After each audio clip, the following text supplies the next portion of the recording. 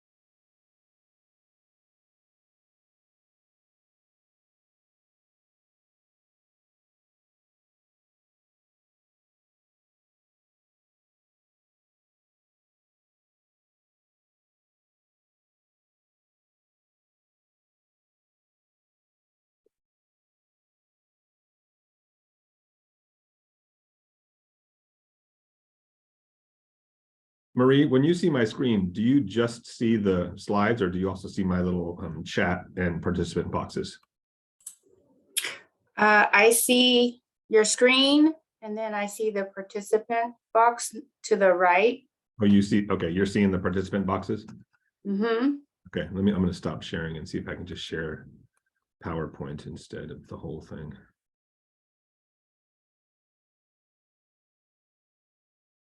I'm trying to only share the PowerPoint slideshow.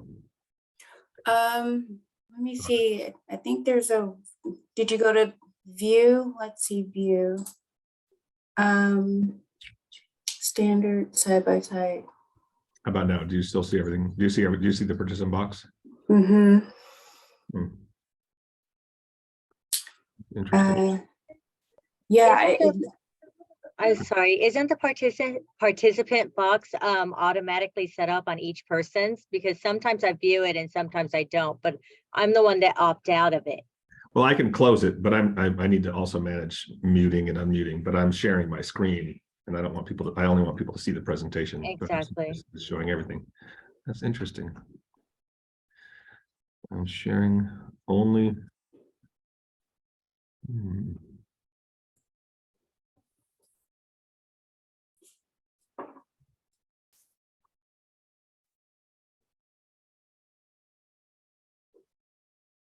Oh, wait, that's what I need to share. Let me try that. Mhm. Okay. Do you see the participant box now? Yep, still see it on the right. Interesting. Okay, we'll wait for some more people to join. We only got 9 so far. You want me to mute back or can you mute me? I'll mute you. Okay. Thank you. Mhm.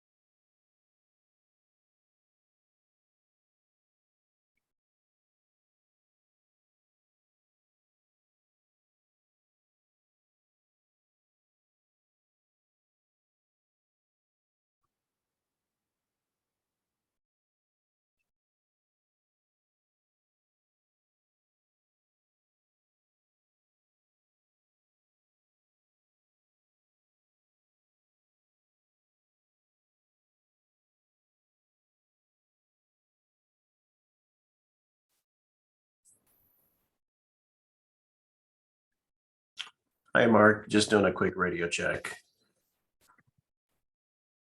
Hello, I can hear you. Perfect. Thank you. Mhm.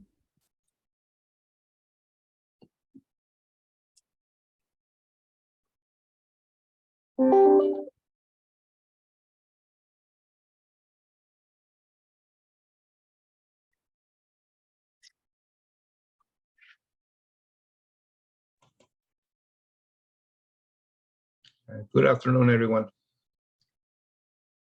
Hello. Good afternoon, sir.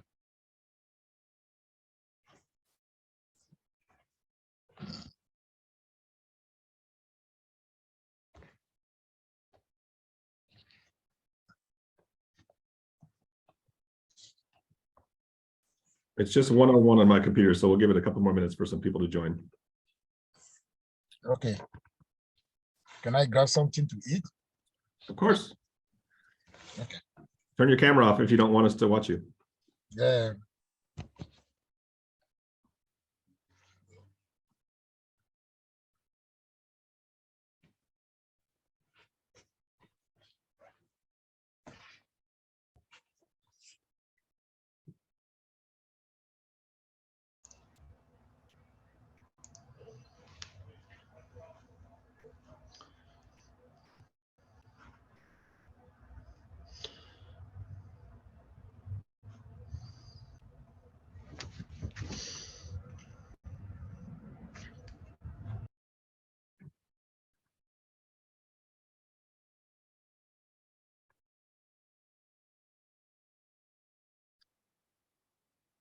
Give it just a couple more minutes.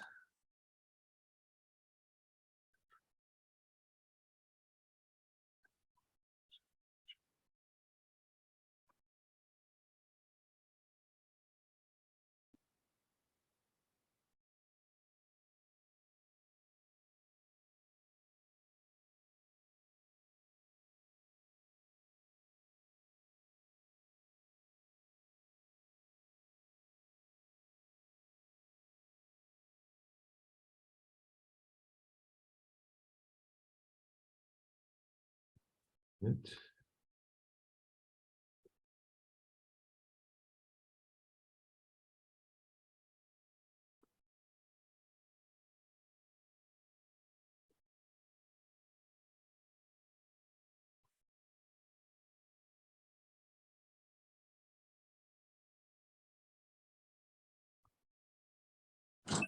Good morning, Mark. Good morning. Or should I say good afternoon? This afternoon, yes. You fell Thanks, prey sir. to it. I know. And happy holidays as they come. Thank you. You as well. You gonna stay home or you gonna go abroad? Oh, I'm in town for the entire Going time. out of town. That's good. I'm here in town. Oh, you're gonna stay here. Good. That's better. Yes, Competing with everybody, it's tough. I know it. I prefer stay around too. Yes, I agree. So Well, we got everybody on board? we've got 31 participants. I will let people in as they come in. Marie, do you still see the participant panel now? Yes, I can just see a few names, not the entire participant list, but just a Okay. few names. Yeah. That's odd that that shows. I'll just watch it, and if people pop up, I'll add them in as we go. Mark, I can see a few of them on my end too. Okay. I see 31. Yeah, I see 31 as well. Okay, we're gonna get started. I'm gonna mute, and then as people come in, I'll just watch it and see and admit them as they come. So let me stop sharing one moment, and I'll start sharing again. Give me just a second. 18, okay. Mark, do you need help admitting them if they come, if it pops up and we see it? Yeah, you know what? I think I do, but can you do that? I don't know if you can do that, Anne, if you're not the host, but let me see if I can make you a host as well. Hold on a second. Okay. Let me see. Participant. 1 second. I don't see anybody else coming in right now. Let's see here. There's one. Let's admit all.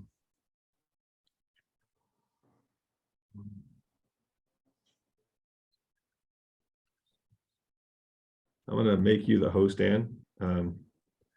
Let's see. If I make you the host, I wonder if you are the only host or just an additional host. Let me make you a host as well. No, I'm not going to do that. I'll just manage it as I can. Okay. All right, let me share my screen. I think we've got nobody's trying to join right now. Good afternoon, everybody. Thank you for joining the call. Happy holidays to you if you celebrate these holidays. We wanted to just share some information with everyone, and I apologize for the short. Oh, let me see. I don't think I'm sharing my screen. 1 second. There we go. Share screen. We wanted to get some information out. We're continually having late breaking news from our contractors, and we want to make sure that we can get this information out to all of our stakeholders as quickly as possible. So I apologize for the short notice for the meeting. We try to get information out as quickly as we can, and sometimes these things are happening day by day. So again, apologies for the short notice. We are recording this meeting, and we will share it. We'll send the slides out with all participants, and we'll post the recorded meeting onto the website. So for those who can't attend today, if you want to let them know that they can watch it later, they can view the meeting at their own time. So no worries there. Everyone will have access to the information that we're sharing today. There's been a lot of airport changes recently. I think everyone who lives in San Diego comes to the airport at one time or another, and you've all seen what's happening with the construction here. So it's quite extensive. It's going to be lasting for at least several more years. We're learning to live with it. There are new surprises and new challenges every day, but we appreciate your cooperation as we move through this period. We do have a new vice president of the operations division here at the authority. His name is Rick Francis. He joined us about a week ago. Angela Schaefer-Payne has moved over to lead the development division as the VP of the development division over there. That's the operation that handles all airport construction, including the new T1 project. So we're happy to have Rick Francis on board, and I'm sure you'll all get to meet him or see him at the board meetings as we continue through here. We're entering the third year of what we call pandemic recovery. I think everyone's well aware that activity levels have picked up at the airport quite a bit. There are days each week and each month where our activity levels are higher than they were in 2019. And just to remind everybody, we have a lot of new participants that 2019 was a record year for us for enplanements. And we're seeing certain days, a few days in the last week or so, where we had a higher level of TSA throughput than we did on the same day in 2019. So in our mind and operations, we're essentially, pretty much recovered from the pandemic. We're still dealing with contract tracing, social distancing, mask wearing, other safety issues having to do with, the COVID-19, the new variants, RSV, the flu, vaccinations, those sorts of things. But as far as we're concerned in operations, we're fairly much recovered from the pandemic and operating at record levels certain days. thank you so much for your cooperation with the construction. I know this project is extensive. It impacts just about everybody who uses this airport, airport workers, commercial mode partners, visitors, guests, everyone in San Diego, pretty much anyone who's driving around this region is being impacted by the traffic or the construction. And like as I said, everyone goes in and out of the airport. So we're going to be living through these conditions for quite some time. If you haven't been to the airport in a while, your eyes will be open when you come down here. But I want to thank you in advance for your cooperation. We'll try and get information out to the team and our stakeholders as quickly as we have it, which is what we're trying to do today, and keep you in the loop on communications and upcoming construction changes. All right.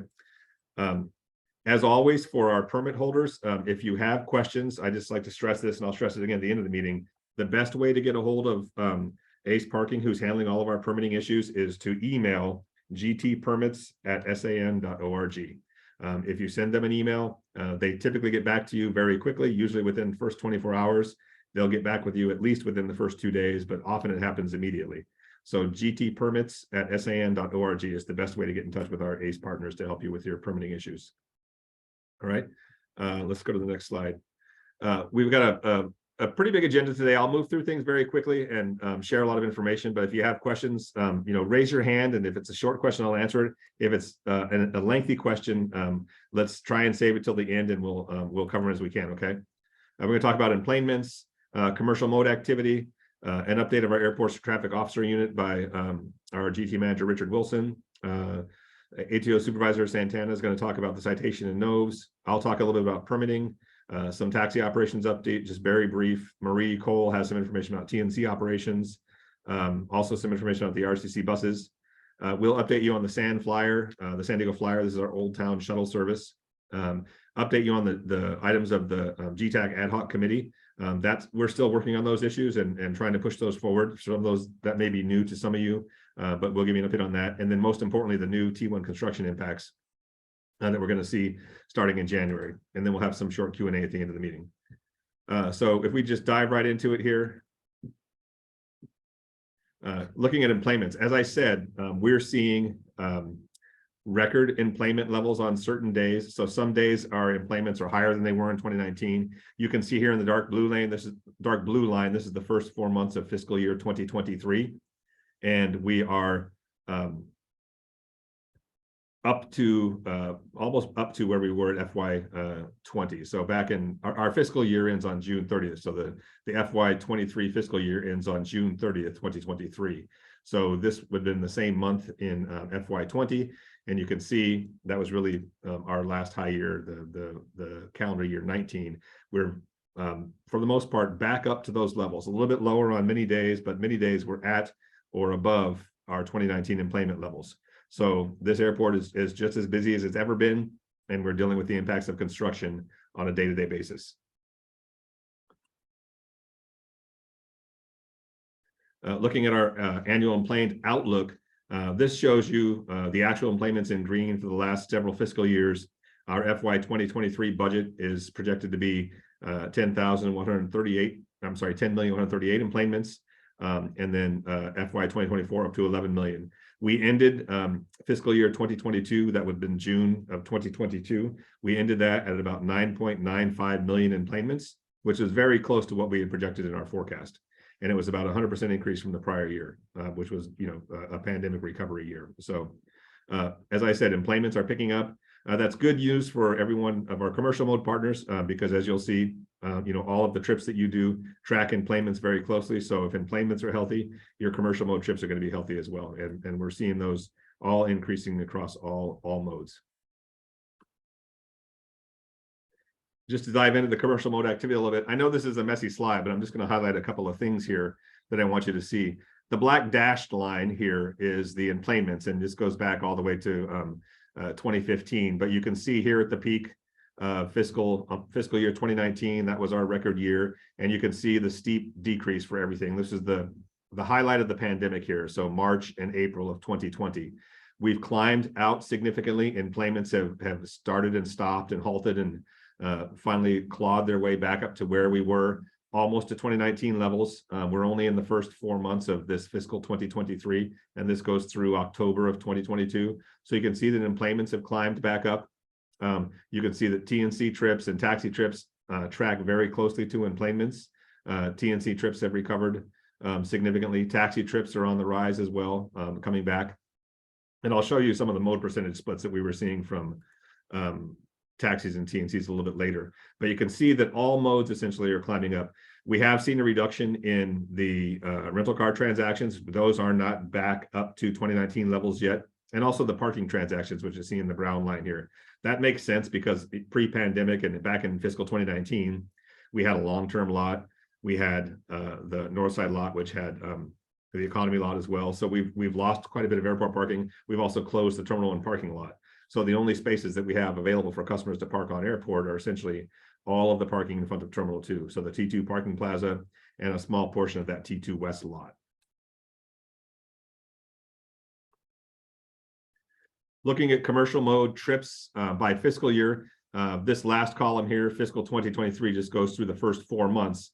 But you can see in total, we're climbing back up. Fiscal 2022 ended with about 1.9 million commercial mode trips. And you can see the breakdown here by commercial mode, 373,000 taxi trips, 1.4 million TNC pickups. These are pickups only, not TNC drop-offs. Vehicle for hire modes, 5,000, 5,600 hotel, motel, and then off-airport parking trips. So you can see that it's starting to come back on the rise. This is a whole year picture. You shouldn't really pay attention to this dip because this is only 4 months of the year. And as you can see, I put this percentage here so you can see that even though we're only 4 months into the year at 167,000 trips already this year, this fiscal year, taxi trips are at 44%. So we'll have another 8 months of taxi trips, and I expect this to finish much higher. So you'll see that a little bit on the next slide as well. The GT commercial mode market share has not changed significantly for the fiscal year. TNCs in orange make up about 70%, 74% this fiscal year of the total commercial mode trips, with taxis at about 18%. You can see in prior years, back in 2019, fiscal 2019, taxis were about 17.4%. So that percentage of trips has actually climbed a little bit from the last healthy year that we had. TNC trips have also gained a little bit as well against some of the other modes. And I think primarily that's against vehicle for hire. We've seen quite a bit of reduction in the vehicle for hire mode as well. Let me end with this person. Moving on to this next slide. Oh, 1 second. This one here, this just shows the last 24 months of commercial mode activity. And I think this slide highlights information for our commercial mode partners. I know that it's difficult for you sometimes to get data. You all have a very good idea of your business and how many trips you're doing, but it can be difficult for you to see data on the overall health situation of the airport, the number of total trips that we're doing by mode, and also who your competitors are doing as well. So I think this slide is helpful to see. Enplanements here in the black dash line, you can see are trending upward. This is the actual enplanement level. And then this is a trend line just showing that enplanements are climbing. You can see taxi trips in blue. Those are continuing to grow as well at about, we're right now at about 40,000 trips a month, and they're continuing to climb. Taxi trips are trending upwards. You can see the dotted trend line for taxis. Those are climbing.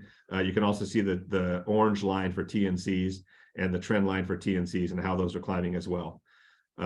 Vehicle for hire has still been fairly flat. You can see that mode is in recovery, about 810 trips in September, 774 trips. So that's climbing as well, but we do have a greatly reduced number of vehicle for hire vehicles. So we are seeing a little bit of slower growth in the vehicle for hire mode. Okay. No one to add. All right, let's go to the next slide here. I'll turn it over to Richard Wilson. Richard, I'll advance the slides for you. I think it'll be quicker and more efficient that way, and then you can speak to the points if you like. Let me make sure. Are you able to unmute, Richard? Yes. Good afternoon, everyone. Hopefully everyone's safe. Just got a couple of slides and information to go over. Our current staff structure, of course, we have one manager. We've added a supervisor position. That's going to be a night shift position. So many of you that knew Vito Cali, he is retired. So we have 2 open positions. And then we're going to have 8 frontline supervisor positions and 51 ATOs. Currently, we're recruiting for 7 open positions. We have been short-staffed at certain posts. So that's affected some of our traffic control operations, and we're supplementing with supervisors during peak times. Number 3 is definitely the construction impacts are stretching our staff. One thing I'd like to mention that's not on this slide, we've added a overnight shift to handle the construction efforts that mainly happen at night. We have a supervisor and 2 ATOs that are assigned to a night shift Sunday through Thursday to help us out with those efforts. So number 4, we're focusing on airport safety, congestion reduction, curbside traffic movement, customer service, and rules and regulations compliance. I'd like to say a couple things on number 4. We have been seeing some congestion activity, compliance concerns on the transportation islands, specifically in the TNC areas. And one thing that I do want to mention too is we have been seeing an uptick in negative interactions with taxi cab drivers and passengers. So I want to mention that just so everyone's aware that everyone's goal here is to be an ambassador to our city in these recovery efforts from COVID. You know, we heard your complaints during COVID about business. Now that business is rebounded, we accept that same service that was in 2019. So please make sure that you're treating everyone as your guests. And if there's a fair concern or we can help out or intervene, please don't hesitate to contact an ATO if there's a communication problem or anything else. I'd like to speak to the uptick in this as well. There's been an uptick in unruly driver behavior within the TNC lot and on the islands and curb fronts. So just a couple reminders, all TNC drivers must follow the direction of ATO, airport traffic officers, or airport operations personnel, and must adhere to the airport rules and regulations.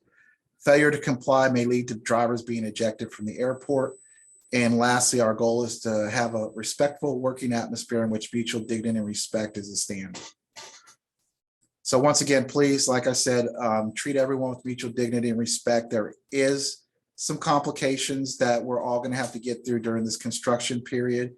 Oftentimes we have to close the TNC lot, sometimes multiple times a night due to capacity and safety issues. So just a couple of housekeeping notes on those items, and I'm always available if you need to speak to me or reach out if you're having any concerns, or reach out to the ATO supervisors. And I'll give that number for the duty cell phone for the ATO supervisors, 619-400-2696. We are available 24 hours a day now, with the only exception of Friday night. And that's all I got. Thank you, everyone. And I'm wishing everyone a happy holiday season. Thank you, Richard. Next, we'll move to citation and notice of violation update with Supervisor Montana. Hopefully everyone can hear me okay. As Mark and Richard already mentioned, happy holidays to everyone, to those who celebrate the holidays. I want to go over the citations that we've issued so far since September to current date, actually until the end of November. So as you take a look here, you see the different modes that we have: the charter vehicles, TNCs, and Turo. The commercial operators, we haven't been issuing many citations. In September, that's when we switched over to our new system that we have, our new citation issuing devices. So we had low data on that, but it still suggested that it was low enforcement.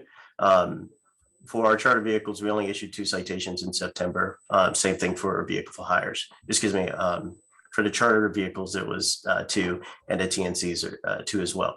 Turo, doubled that up with 4.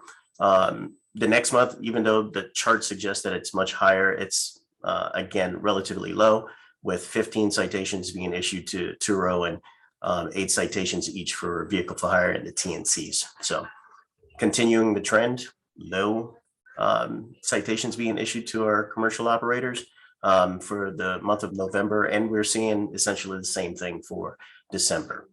Okay, next slide, please. 1 second. All right, and for the notice of violations, essentially the same thing. So September, we saw that there were 5 notice of violations issued to taxis, and to TNCs, they received 7. October, it looks like there were 3 citations issued to the taxis and only 4 to the TNCs. None in November for the TNCs, and it looks like there's only 3 notice of violations that were issued in November for the taxis. So these are the different types of citations that we've been issuing, even though it's not many citations and notice violations that were issued, but these are the different types. So the issues that we're seeing is no GTS permits that are being displayed. And so if we don't see any GTS permits, we'll definitely take action on that. Unauthorized rent-a-car operators. So we're seeing a lot of tour activity and similar like rent-a-car type operations that are occurring. When we see them, we'll take action on that. Unauthorized TNC curbside pickups. At one point, that was a major issue. We've drastically reduced the number of those violators through enforcement, obviously. But again, we're not seeing a whole bunch of that. And then charter vehicle stall violators. So our charter partners, we hear your message. We see when it's brought to our attention, we'll immediately send an officer over to take a look at your charter stalls. We want to make sure that those stalls are available for you guys. Notice violation, the biggest issues we're seeing are fare refusals, no trade dresses for our TNC partners, unauthorized pickup zones, same thing for our TNC partners there. And we're seeing a lot of driver behavioral violations, mainly with the taxis for notice of violations. Those are most of the issues that we're seeing with the notice of violations. I do have to say, overall, the taxi drivers have been extremely friendly to our staff ever since the pandemic. There's frustration runs high and whatnot, but interactions with a lot of the taxi drivers, they've been very courteous and whatnot. Even though we do see some behavioral issues with some of the drivers refusing fares and whatnot, I can't not mention the fact that we also see some positive interactions with some of our drivers as well. Okay, that's it for the citations and notice of violations. Thank you, Officer Santana. Appreciate it. You're welcome. Let me just make sure no one's waiting. Okay. Let's move on to some permitting issues and just provide some updated information on the permitting situation. Just to give you a breakdown of the commercial mode permits outstanding. Currently, this is as of today, just an extract that we did from Gatekeeper. You can see the commercial modes by type here, and then the number of accounts and number of vehicles.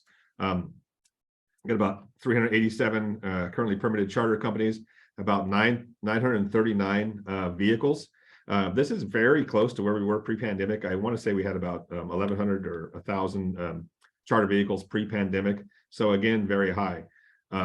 Taxi companies, we've doubled the number of taxi companies that we're dealing with, and you'll see this, or we see this when we look at the number of vehicles. We've got a lot more single owner taxi companies. That number used to be about 160 taxi accounts and 360 taxi vehicles. Now we're at 357 taxi accounts and 471 taxi vehicles currently permitted on airport. So the number of taxis has increased by about 110, and the number of companies has essentially doubled, which means we have a much higher percentage now of single owner and single taxi accounts.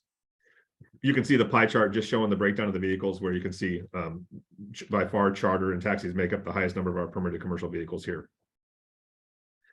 Some information from our permitting team. Charter permitting is in process since October. As I said, about 387 accounts, 940 vehicles. Taxi vehicle for hire, off-road parking, and hotel motel permitting goes on every day. All the questions and communication should go to the GT permit staff at gtpermits@san.org.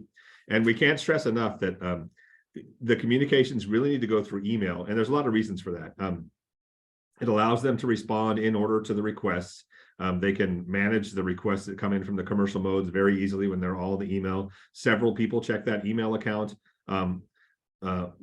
continuously throughout the day so that they can respond to your need as quickly as possible. And you really have to have email as well, because when you're managing your own email and also your AdComp accounts to pay for your trip fees, you have to have your own email for that. The ACE representatives can't really help you with your own personal email and AdComp account because they don't have any visibility of that. So you really need to be able to manage your email to deal with your account, just like you would for all of your other business activities. There are currently no walk-ins into ACE parking either as well. So that we really want to push all the communications for ACE through the email. Just a quick couple items on taxi operations. We have the taxi hold lot has been moved to the north side for about 4 months now. It's in that there's about 85 spaces in that taxi hold lot. It's very underutilized, I should say. It's in the north side, just south of the rental car center facility. Most of the time when I go through there, there's maybe 5 or 6, sometimes 8 to 10 taxis in there. So it's very underutilized. It is available to your teams and just want to make sure that you're aware of that. We have seen a lot of taxis staging down at the far west end of the airport, next to the 2 hotels and up against the channel in that open parking lot down there. That's not an authorized area to stage, and you may be ejected from that area by either Harbor Police or port representatives as well. We've had the e-dispatch operations working very well. Now all the taxi drivers can just check in with their phone when they're available for a call, and you don't have to come to the airport until you get a text saying that you're next up in the queue and head to the terminal. So I think that's working very well. We have seen some issues with more than 2 taxis stacking at the RCC bus or at the RCC facility. Just to remind everyone, we only have room really for 2 taxis there. So if there's 3 taxis, you can go wait in the taxi hold lot south of Admiral Boland Way until that next taxi leaves. And then we're going to be distributing information to the taxi mode at the MTS TAC meetings. That should be TAC, not TAX, MTS TAC meetings on a continuous basis. We're working closely with Lenny and his team on all permitting and operational issues. Your best hope or best channel for information is either to go through gtpermits@san.org. You can always email them for any of your permitting issues, procedural operational issues, that sort of thing. GT staff is always available, and you've got our contact information for that. And then also Lenny and his team at MTS as well.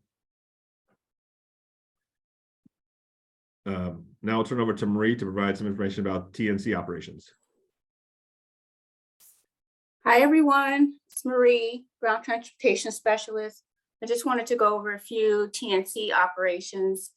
So as you know from when the bridge was demolished at the T1 area that connects to the T1 transportation island, a lot of the commercial modes were repositioned on the island. And so just to give if you can look here at the map, you can see where the TNC area is located. They used to share that green area together, all of the TNC modes there. So to kind of, address some of the congestion when the bottleneck, when the TNCs enter into the commercial island, to kind of address some of that bottleneck issue, we've spread the TNCs out to the having Lyft use that far west end of that TNC area, so we can have Uber and all the other TNCs operate out of that green area, and Lyft will operate out of that front area at the west end of the transportation island. Next slide, Mark. And also at the T2 transportation island, we have created some zones for the TNC drivers, and this will help with our operational efficiencies in regards to creating zones for TNC driver passengers. It's a faster way for riders and drivers to match up, and then it also allows the drivers and the passengers to spread out evenly on the curb, and then we can also, it reduces curbside congestion at times to locate drivers and passengers. So it's at the TNC area. Each column is labeled zone A, B, and C. The TNCs know that to use the furthest zone A to kind of spread their passengers down further west of their pickup area, and then having zone B in the middle and zone C right there at the beginning of the TNC pickup area. Next slide, Mark.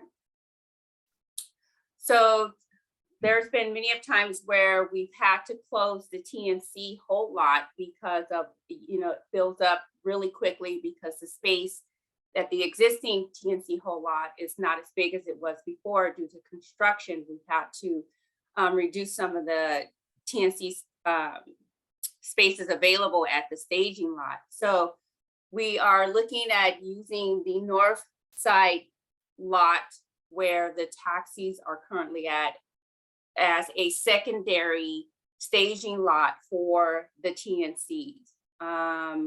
It's still being considered. Nothing has been put forth yet as that's what they're going to be using as of right now.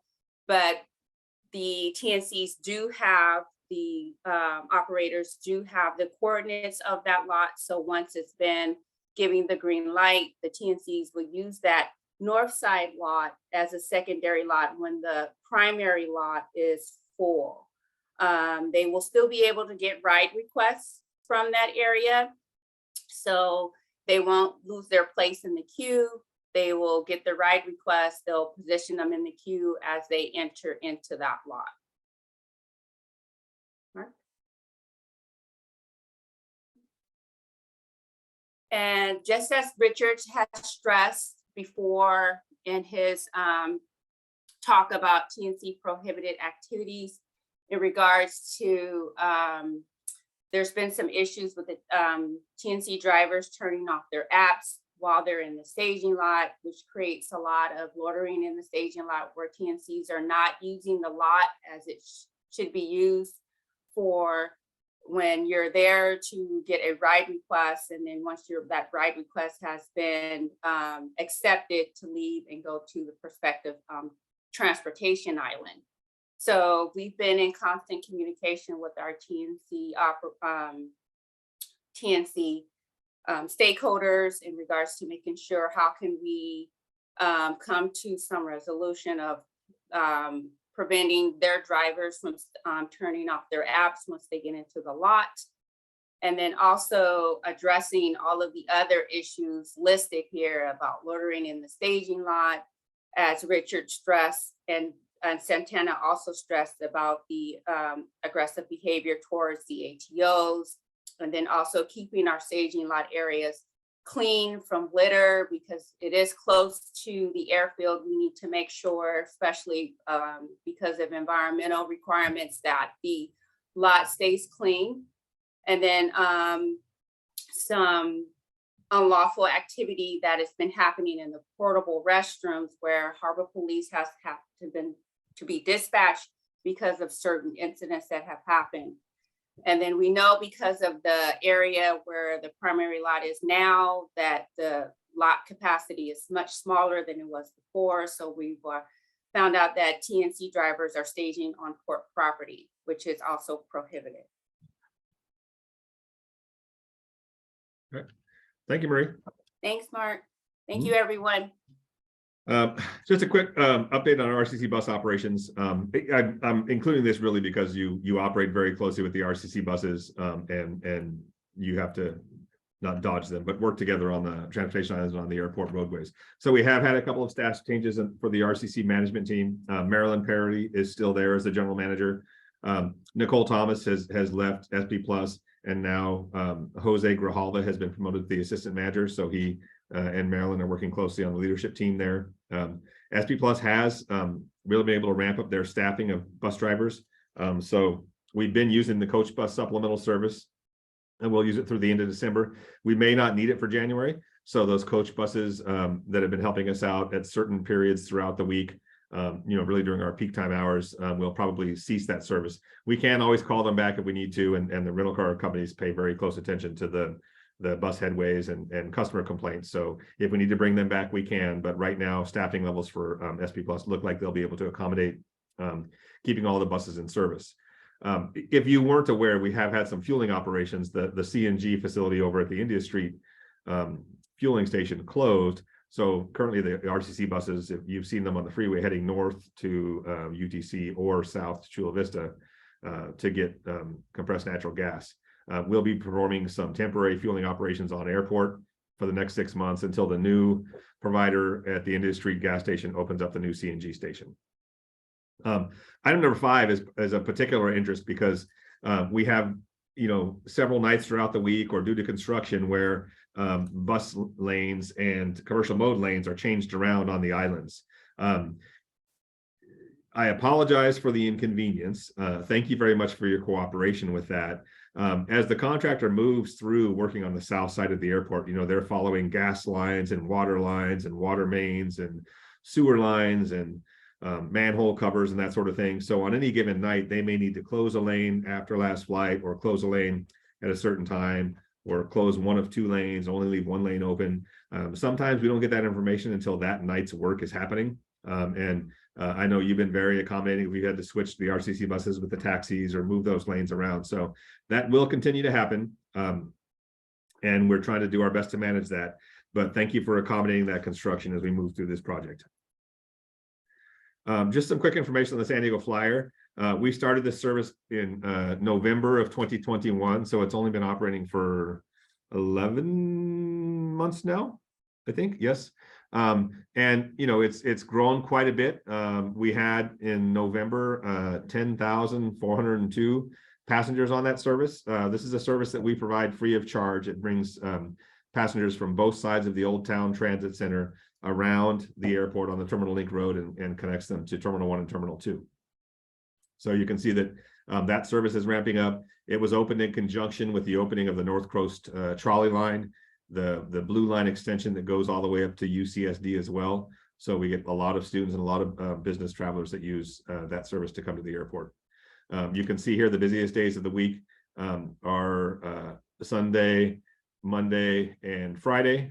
People really traveling for the weekend, coming down and taking trips. And you can see just how it's grown from inception to the end of November, which was the last day. We haven't compiled the data for December just yet, but saw some real spikes around the Thanksgiving period. We haven't seen those same spikes for the Christmas holiday yet or New Year's, but that may still happen. It's still early, and the Christmas holiday falls on the weekend this year. So, but we haven't seen the same spikes that we did for Thanksgiving, but that activity is picking up very well. Just some information on the GT ad hoc committee. This information, and I'll go through this very quickly. I don't want to share all this with everyone because there's a lot to see here, but this is shared on our GT page on the san.org website. So you can access this information anytime. And if you want to go look at that, if you have questions, you can always email us about this. But we did have, just as a reminder, the 27 GTAC specific actions with specific focus areas in the general operations. We've completed and been working on all of these as well. A green check mark means it's complete. Complete doesn't always mean complete. There's always ongoing improvements we can make. We always pay ongoing attention to these matters and try and improve processes, improve customer service, improve communication wherever we go. But it just means that we're making good progress on that. Blue means it's in progress, and gray means we haven't really had a chance to dig into it just yet. For the operating models, you can see here the ones that we've paid attention to. We've examined implementing limits on the number of TNC vehicles. We've examined the standards of visible vehicle identification, grant funding, et cetera. And then the open taxi system, there should be a green check mark here. I missed that one. This one was complete in January of 2021. For congestion management, particularly with construction, this is an ongoing challenge for us. We're working on all of these and trying to continue these as we go forward, but these ones will be a continuous work in process, particularly through this construction period. Technology, you can see here, many of these we've implemented the virtual hold lot. We've not only evaluated the feasibility, but have had shared hold lots in the past, and we may have shared hold lots again. Many of you may be aware that in the final condition at that far east end of the airport, right at Laurel Drive, where the current TNC hold lot is, that will be a shared taxi and TNC hold lot. It won't be available for another 2 years, I think, but in the final condition, all taxis and TNCs will stage in that area. And that restroom building where your current restrooms are now for the TNCs will be completely remodeled for a restroom and break room facility for taxis and TNCs to use. And perhaps, who knows what other modes we'll have by then as well. For operational compliance, this really deals with ATO training, customer service enhancement with ATOs, just CSR responsibilities. We continually focus on this going forward. We have ALPR in use at certain locations, but really only in our parking lots. We haven't implemented this for security or for traffic congestion reduction efforts just yet. But just one item on this I'll mention, Richard mentioned that we're currently recruiting for 7 open ATO positions. Quite a bit of our staff is new, but I think that we're really meeting the customer service requirements of the GTAC by having a fantastic training program. We're hiring quality candidates. We have a fantastic training program provided by our supervisors and our field training officers. We have an extensive program where each ATO gets about 6 weeks of training before he's able to operate freely as an ATO on the curb, and they really learn everything from soup to nuts when they join the team, with fantastic leadership, and really support them to do the best job that they can for our guests and for our commercial mode partners. We have some work to do on the environmental side. Some of these are in process, and we're still working on others. But like I say, I don't want to spend too much time on this because I want to get to the construction and have some time for questions. This information is all available on the GT page at www.san.org.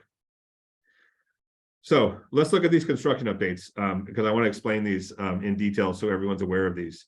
These are some drawings that we've are sharing with you today, and you'll have these in the slides when we send those out and post these to you.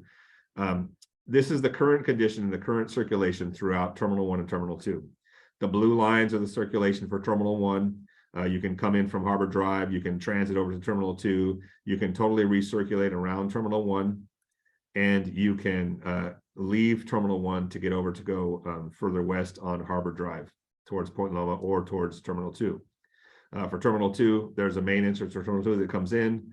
If you haven't already come through T1, you can access either the curbside or the EDR or the transportation island, and you have full access to recirculate around Terminal 2. You also have access with this bridge to transit directly from Terminal 2 over to Terminal 1. That's of use for probably a lot of our shuttle operators, off-airport parkers, and hotel motel operators, because sometimes it's quicker to go to Terminal 2 and then come back to Terminal 1 before you go back out onto Harbor Drive. So that's a good function that we have. This is going to be in effect on January 9th. This is going to change.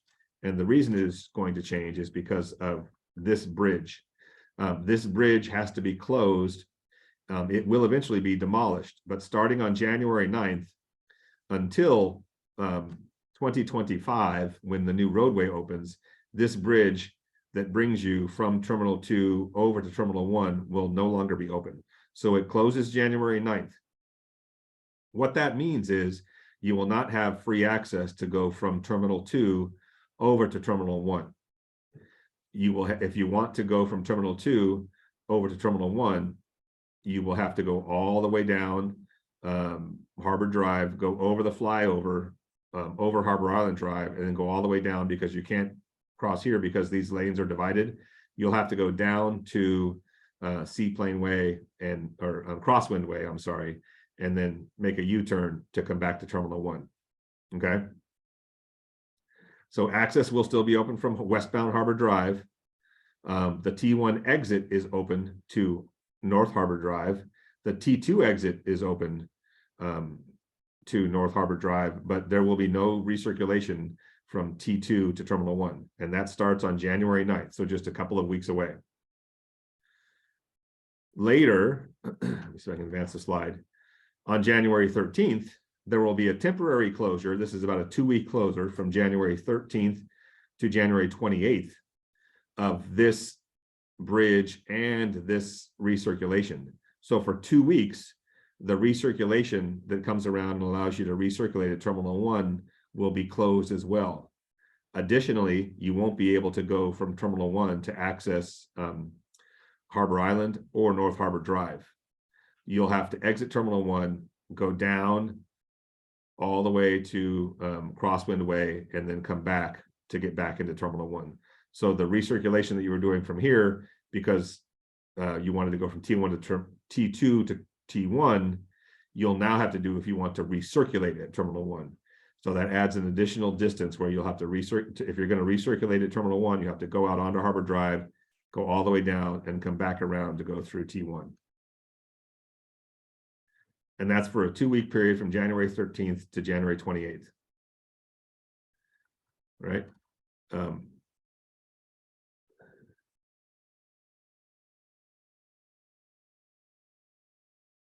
And then later, there will be a 1-night closure where this bridge is going to be torn down. And for that 1-night closure, it'll be the same situation. All right. Let me see.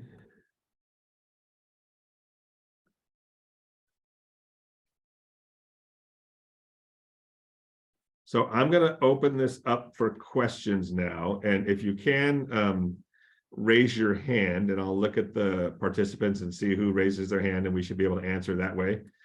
If you have questions about any of these, I see Alfred's hand is up. I'll take your question first, Alfred, in just a moment.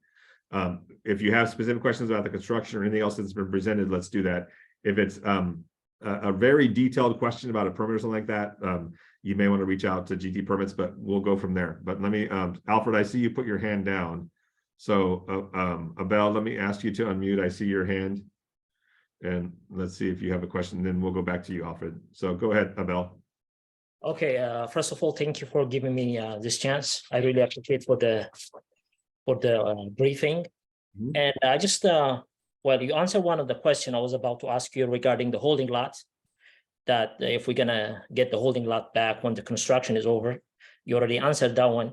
The second one is about, which is for Santana, I believe, regarding drivers going straight to the terminals without getting dispatched. This is a big issue right now.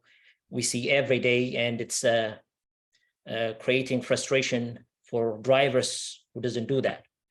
And we see that these drivers going straight and picking a fare, and while others are waiting. So something has to be done. You know, it's you're gonna see maybe a lot of drivers talking about this issue, because we've been talking about for the last 6 months and nothing is done, and it's gonna keep going. And my third issue is the meeting. We decided at the MTS in the past, we decided to have a monthly meeting with the airport authority. And I just wanna see what's the status on that issue, because we've been requesting to have like a small meeting and a monthly basis or every 3 months. I want to ask the status on that one. And the last one is if the number of taxi permits is going up in the future, are you guys planning to have those ABC system like 15 days, 30 days, 7 days, 6 days? I just want to see on the status on that one. Thank you. Okay. Santana, if you're still on, do you want to address the taxi issue, or Richard, or I can? If you've got any information to share on that. Yeah, I can jump in and share, Mark. We are seeing upticks where people go to either Terminal 1 or Terminal 2, and they haven't been dispatched or in the red when they reach the island. And typically we get compliance, but there's been a few issues where, you know, that we wouldn't get compliance from the taxi operator. So we do monitor that system, or I should say ACE monitors that system. And if you're in the red, we do not dispatch you. And there's been times where they've called ATOs for assistance, and then we respond and take enforcement action if necessary. So we do take action on that. And like I said, if you're not dispatched, please don't come to the terminals. Okay, thank you. To answer the question about the monthly meeting, we don't have plans for a monthly meeting with any of our modes. We do plan to have many more frequent GT information dissemination sessions, so we can do more of these GT industry meetings and share more information with the modes. But we don't plan to have a monthly meeting with each of the modes or do this meeting monthly. I think during the pandemic, we had the last meeting we had like this was in March of this year.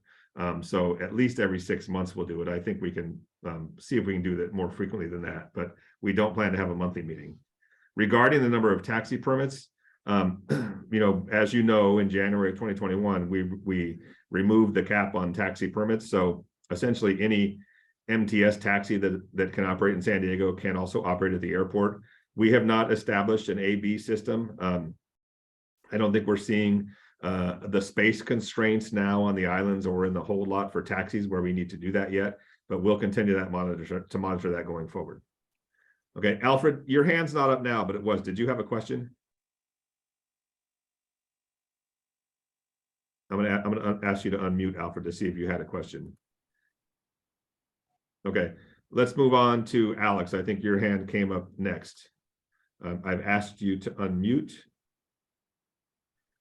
So you should be able to do that, Alex. Yeah, can you hear me? Is this Alfred or Alex? Alex. Okay, go ahead, Alex. Yes. Yeah, I'm sorry, I'm driving if you can hear me. Some of the issue I want to raise, I will already raise the issue. Of course, we don't want to tell you the detail or how people are manipulating the system. We will follow up by email. We don't want to train the other group who do not know the manipulation. So please respond to our email when we send it to Mike Anderson and yourself. Yep. At the same time, maybe we can also help a TO if we can get the exact copy or a mirror image of what a CSR can see on their tablet. So we know who is there unauthorized in front of me, because we don't do anything with it, make it disabled, so we don't call one, we don't do anything else except looking at it and then call a TO or a CSR if there is somebody unauthorized in front of me. That way, maybe we can help also, like putting everybody in line. Otherwise, people are, it's a group of people, not only one person, a group of people are on a network. They call each other when there's a line, a long line. So that is what we are trying to stop. So if that is doable, just if you can see on the image of the tablet, CSR tablet, that will help us and help ATO also, so we can catch. Or at least we can monitor ourselves by that way. And I will email all the details, how the people are manipulating, and also the solution. If they can punish those people who are caught doing this thing for a week or a month, then that will go a long way to hinder this thing. Thank you very much if you have helped me well. Thank you, Alex. We'll look for that email and then we can respond to both of those, okay? Let me go to Chikwadi's phone and then we'll go to Adrian and then Edomias. So Chikodi, I'm not sure if I'm saying your name correctly. I've asked you to unmute.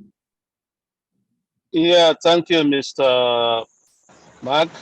Yes. The last speaker actually alluded to part of what I was about to indicate or point out.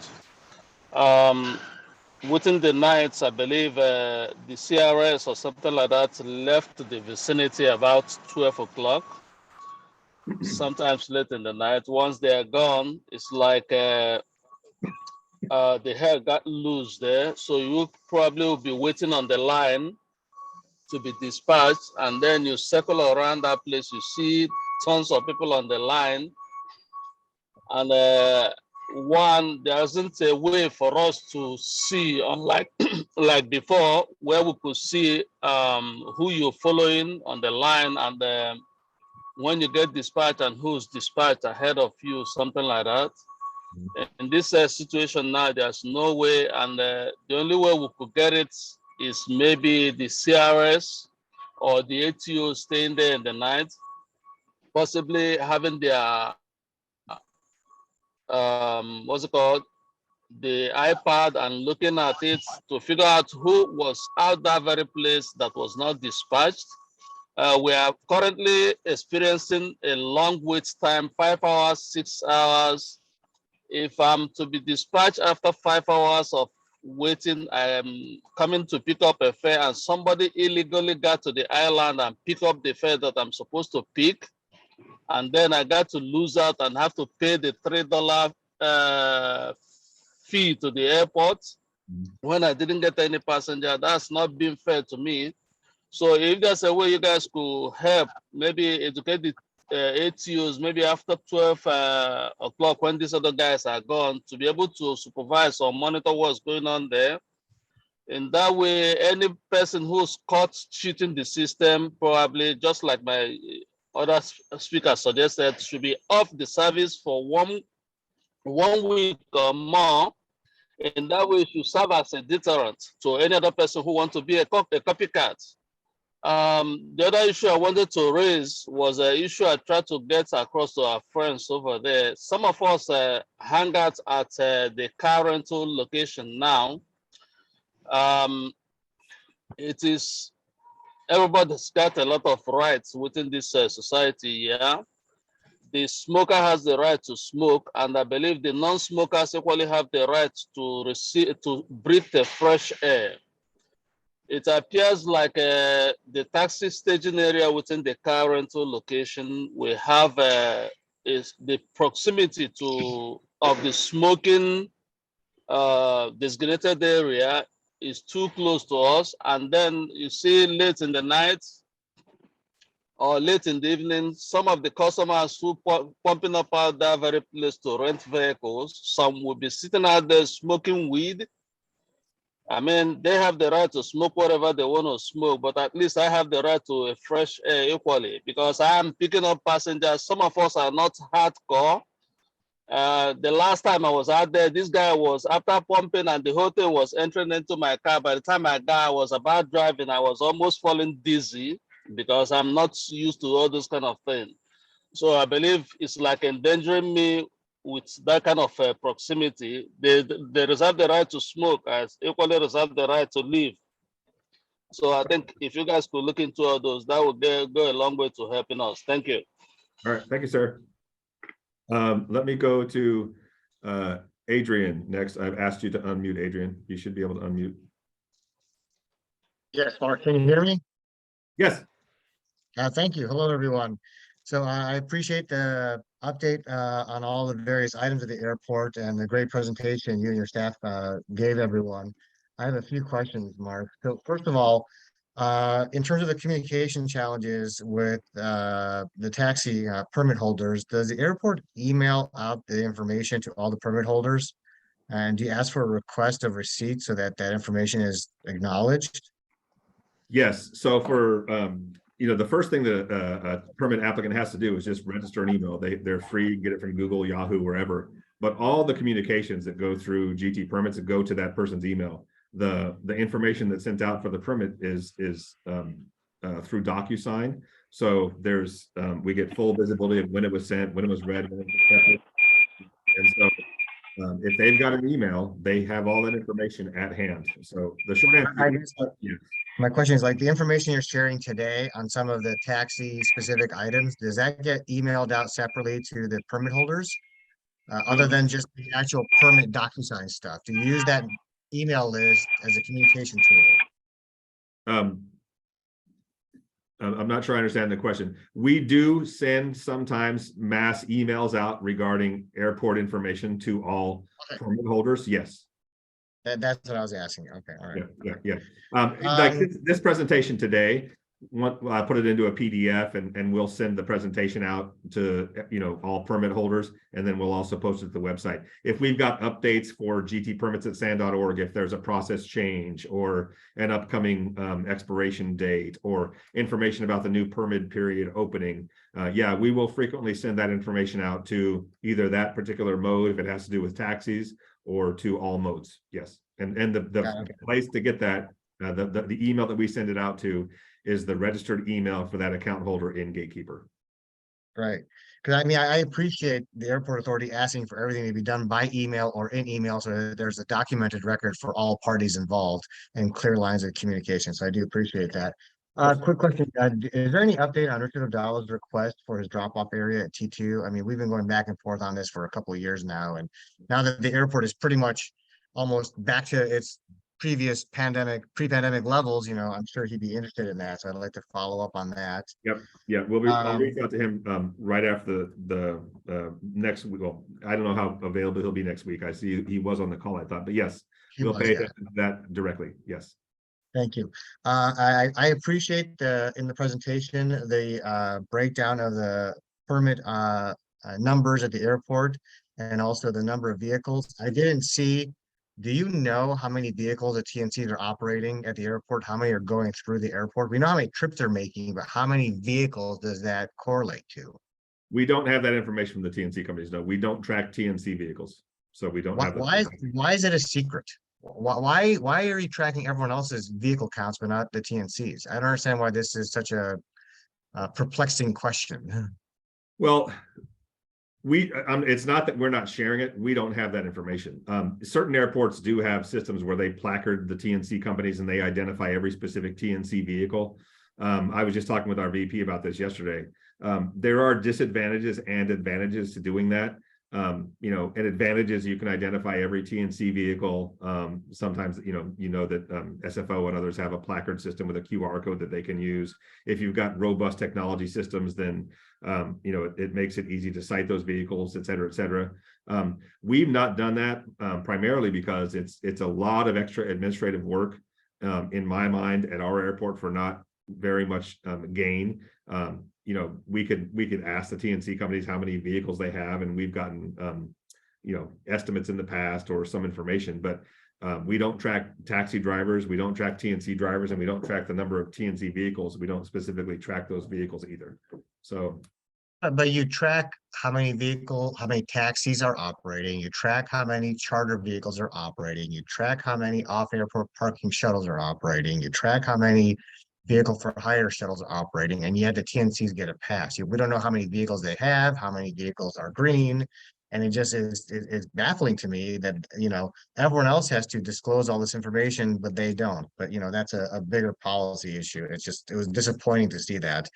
I'll wrap up with the following statement. Basically, I do want to thank Abel for once again submitting his request for regular communication with the airport, and I think that when the airport authority abolished the taxi associations on pretty much on purpose, pretty intentionally almost, that line of communication was severed, and it's extremely disappointing to hear the resistance from you about having regular meetings.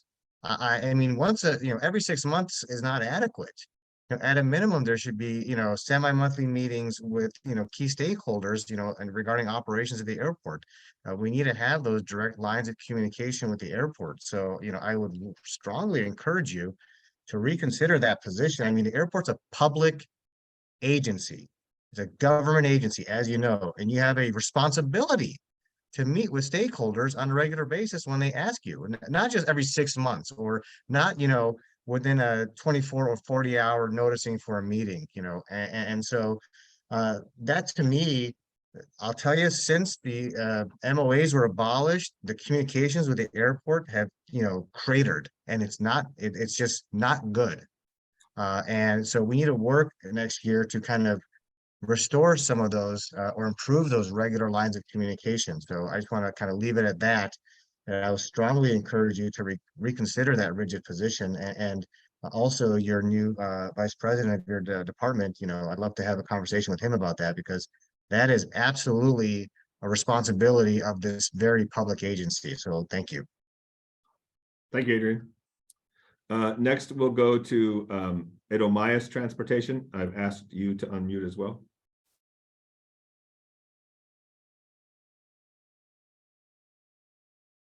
Edomias, can you hear me? You may have to unmute. Okay, let's go. Edomias? Yes, sir. Edomias, are you there? Okay, we're gonna come back to you if you can pull over and maybe close your windows. Haidar El Karke. Yes, hi, how are you, sir? Yes, how are you? Thank you for giving us this opportunity. I am talking regarding the TCP companies, the black car services, the black car limousine services. We are facing many problems for staging at the airport. We used to have a bigger lot, but now every day it is shrinking. And as you know that we have big SUVs cars, and we might waiting for a long time for a call or for our private request. And we are playing like hide and seek game with the authorities at the airport, because we went to the port of San Diego and waiting there, and they kick us from there, and we are keep going and backing, and it is very difficult. We are facing a lot of problems. I wonder if you are considering solve these issues for us, please. Yeah, I can tell you that we're challenged every day with space for our commercial modes to wait. So you know, the TNC lot was reduced, the taxi hold lot was reduced and moved to the north side. We'll take a look and see. We do allow the TNC, I'm sorry, the TCPs that are registered with the TNCs and also the other charter modes to wait in the TNC lot. So if we are able to open that additional TNC area on the north side, that will be some additional space where we can perhaps have you stage for your calls as well. We're in the process of trying to get approval for that, and also security. We want to make sure that if we open a hold lot, we have the adequate level of security to provide safety for the modes and everything else. So yeah, we'll look at that going forward. Thank you. Okay, thank you, sir. Edomias, are you still? It looks like you're off the call. Let me go to Richard Abdallah next. Hi, can you hear me? Yes. Yeah, I just wanted to follow up, Mark, on the meeting that we had with Mike Anderson and Mary Cole last month about some ideas we had about how to ease up the congestion at the entrance on to Terminal 1. I was just wondering if you have any status on that. Have any of those ideas have come through? Do you have any, again, an update on that? Have you even heard about these ideas? I have heard about them. I don't know if Mike, are you on the call? Let me see. Mike is. I can actually unmute Mike. Did you hear Yes. that? Yeah. Yes, I'm on the call, Mark. Okay, go ahead. Yeah, we did, you know, basically just to recap on the idea that was put forward was to place more ATOs at the T1 entrance area, because that is an area that has been causing us some, you know, there's been some staging there from vehicles. And that idea was put forward to Richard's group, and they made some hires, and that's a focus area that's being worked on. Any other updates needs to come from Richard on how that area is being worked out. Look, yeah, I talked about this with Richard, and we did have this call. We had been challenged with ATO staffing in the past, and we had been as low as in the past, as low as 38 ATOs. And even then we had, you know, 4 or 5 or several that were out for COVID or other illnesses. We're back up now to about 46 ATOs now. We still got some open positions, but even now we're challenged with folks going out for leave or for sickness or for COVID or those sorts of things. We didn't at the time have enough staff, as you may know, Richard, but many of our commercial modes know. On any given day, well, let me start with this. Ideally, in the past, in 2019, we had enough ATOs that we could staff ATOs at both sides, both of the transportation island, on the elevated departure way, and then have 5 units that could patrol the airport and other areas. We just do not have enough staff to do that on a regular basis right now. And we looked at being able to do that at Terminal 1, and now that they've installed that S-curve, it's just very difficult to do. We've recently gotten more ATO staffing. We are aware that that is a problem area, and we're looking at several solutions to see what we can do there. We may need to change the way we operate, do more patrolling and traffic movement from vehicles as opposed to curbside, but we've just recently staffed up in the past couple of weeks with extra ATOs, and we can take a look at that again. All right, well, the other part of the other ideas that we had was that we talked about was to push the traffic further west at Terminal 1 and possibly even adding a check-in for Southwest further up to move the traffic up. I don't know whether there were any conversations with Southwest about that. Mike, were there? We discussed that with our terminal ops folks and Southwest, and given the facility and Terminal 1 and how old that facility is, what the available technology is in those locations, it's very difficult to create another checkpoint for Southwest at the other end of the airport and move their operation. They've got dedicated gates at that far east end of the terminal, so moving the Southwest operation is not feasible. We have tried to do other efforts to get folks not to wait and to go, stay in those outer lanes and go to the crosswalk at T1 and even past the crosswalk for loading or drop off. It's just very difficult to do. I think part of the thing that's complicating that is that now that the cell phone lot is at the far west end of the airport, because it's the only place we can put it, a lot of people will just get into that line at the S-curve, get on their phone, knowing that they can wait for 10 or 15 or 20 minutes. And by the time they get up to the terminal, their party will be out with their luggage. So we're continuing to look at that. We have those ideas. Thank you for that, but we'll. All right. I just want to remind you, you probably all know that the next couple of days, tomorrow and Friday, is going to be very, very busy. A lot of people be traveling. So we could really use the extra ATOs at this point, Terminal 1, as well as Sunday and Monday when everybody's coming back. Yep. And I'm sure that if you have the the resources, you'll probably put them in there. But that's what we're going to need the most. Okay. Thank you, sir. Thank you. All right. Let me go to back to Edo Mice. I'm going to ask you to unmute. Are you in a situation where you can talk? I'm here now. Sorry, I couldn't unmute earlier. That's all right. So I have two questions I would like to ask. One was that you mentioned something about the CNG stations coming near or around the airport. I'm trying to see if that would be available for the public or just the airport use for the RCC vehicles. The CNG station that the RCC buses are going to use, we're going to have a temporary filling station on airport south of Admiral and Way. That'll just be a private use for our CNG buses to use, but they should be opening a new CNG station to replace the clean energy station at the Shell station on India Street. Hopefully that will happen around February, March timeframe, if not sooner, and that will be available to the public, yes. Okay. Next question is about the VFH spots that are available. I know you said there was 5 companies and 20 vehicles in there right now. Is it possible to add more companies, or is that something you guys closed? We have not closed that. I'd have to refresh the memory, but I think we are able to add more companies. So if you have specific questions about that, you can email me. Email GT Permits and start the process there, gtpermits@san.org, and that'll filter its way up to us. I have talked to them before because I had worked for a big company that had a spot there before. And at the start of this year, they told me that they don't take any more companies. So I'm just baffled as to why that is not a thing, or if I have the information. You can send me an email. You can see my name on the screen if you can, mnichols@san.org, and send me your information. Let me take a look at that. Okay. Thank you very much. Yep. Thank you. Let's go. Is iPhone 65? Do you still have a question?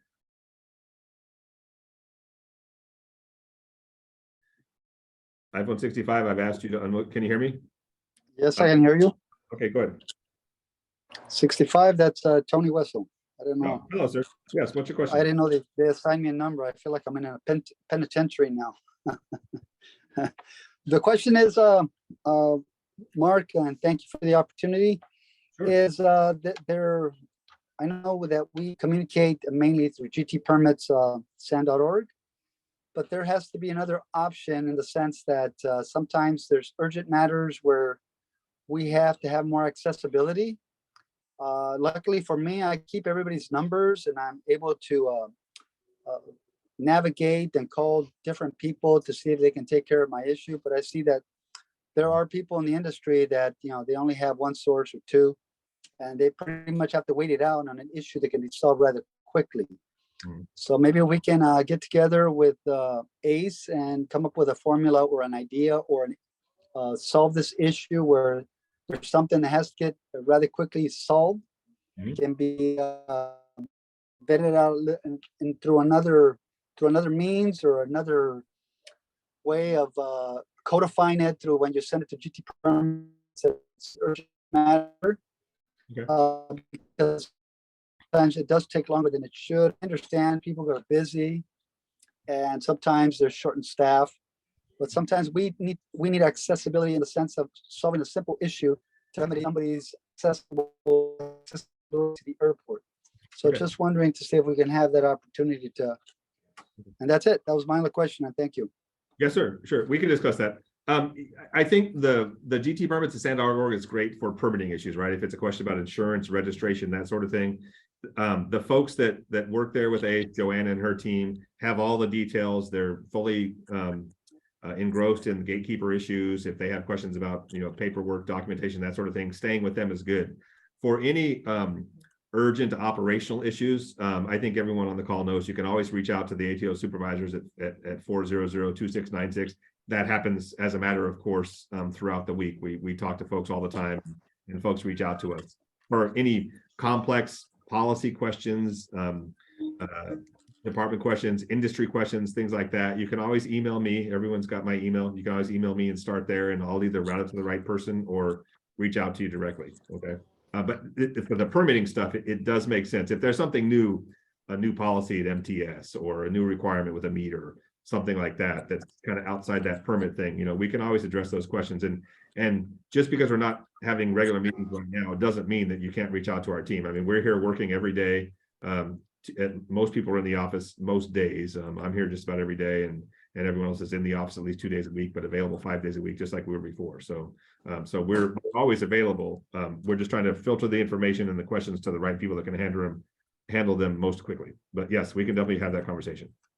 Well, I'll give you an example of what I mean. This is an operational issue that could be solved with ACE, but for some reason, whatever the issues were that day, I had reached out several times to different people and let them know what the issue was. And it was basically a driver had forgotten his password to get back on the gatekeeper system. And somehow he messed it up where he couldn't log in. So we were trying to help him, and we could not do that without the help of ACE, somebody at ACE. And eventually we got through, but it took some doing and some contacts of other numbers to get people to answer. Okay, understood. Yep. Okay. Yeah, that type of issue, we can go to the ATO supervisors, and they have contacts at ACE. ACE is here every day, 7 days a week, not always 24 hours in the admin team, but we can work through that. Okay. Thank you, Tony. All right. Thank you. I think next is Abebe. I'm going to ask you to unmute. Okay. Hi, Mark. Hello. How are you? Thank you for asking. Responding regarding a taxi. Most of the issues already said by Abel and Alex, but it's not easy issue. This is serious matter. You guys, if you don't want to control it, it's gonna be curious on the airport. Please do that. Number two, I have a problem with GT permit. I email them. They don't respond it, and the response they gave me is it's not the way it is. A month means November 1 to 30 or February 1 to 28. But sometimes it starts from 29, sometimes it starts from 6 to next month 7. What it means a month? I will email it to you. I think I will find your email. That's problem, I have it, but we cannot go back and see what is the lackage, what is the problem is. Once you are out in 2 months, that's about it. You cannot go back to May, April, June, or July. I'll email you. You will see both directions. Okay. I was working at the airport for a long time. I didn't have any problem like this. GT permits, I couldn't even communicate with them. Okay. I am sorry, I didn't have any problem. The last 20-something years, I was working at the airport. Regarding the trip fee, we have about 15, 16 drivers, but I have to get exact amount every month. It is not right, the right amount. The way it is November is November, but it's not November on GT permit. It's different. November to December. I don't know how it works this way. It has a problem for me. Thank you. I will email it to you. All right. Yeah, send me an email. We'll look into it. Thank you. Thank you. I don't see, I see Alfred's thumbs up. Alfred, we were never able to, do you have a question, Alfred? Because you had one earlier, your hand was up, but I don't know if you have one this time. You're not muted at the moment, and I don't see any other hands up at this time. All right, hearing no further questions, I think we're just about at the end of the meeting. I will send this, we're recording this meeting, so we'll make it available. I will also send out the PDF of all these slides, so they're all available to everybody, so you can see those roadway impacts that are coming in January are going to be significant. And when we have to go all the way down and recirculate to that far east end of the airport, I just want you to be aware of that as quickly as possible. You'll see this communication going out. You may see it on the news. Our communications team is also working to get this information out. And, you know, one last time, I just like to apologize for the short notice. This ops plan for these upcoming construction impacts was presented to the authority.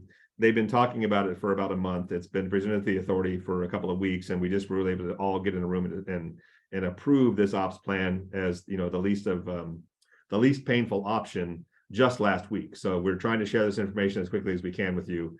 And, you know, as the contractor moves through the airport and finds these things, certain things they're able to plan for very far out. Sometimes it doesn't work that way. They run across, you know, pilings or concrete or sewer lines in areas that they weren't supposed to be. And sometimes these things have to change. So just be as flexible as you can. Reach out to us if you have questions. I think everyone knows how to get a hold of us. And we'll work with you as best we can to keep you guys as updated as quickly as possible. We want to be transparent as we can as we move through this construction phase. All right. So thank you everyone for participating. Look for the slides when we send them out. Please be safe. We appreciate your cooperation and your participation and your friendship. So thank you very much. And have a happy new year. We'll talk to you soon. So long.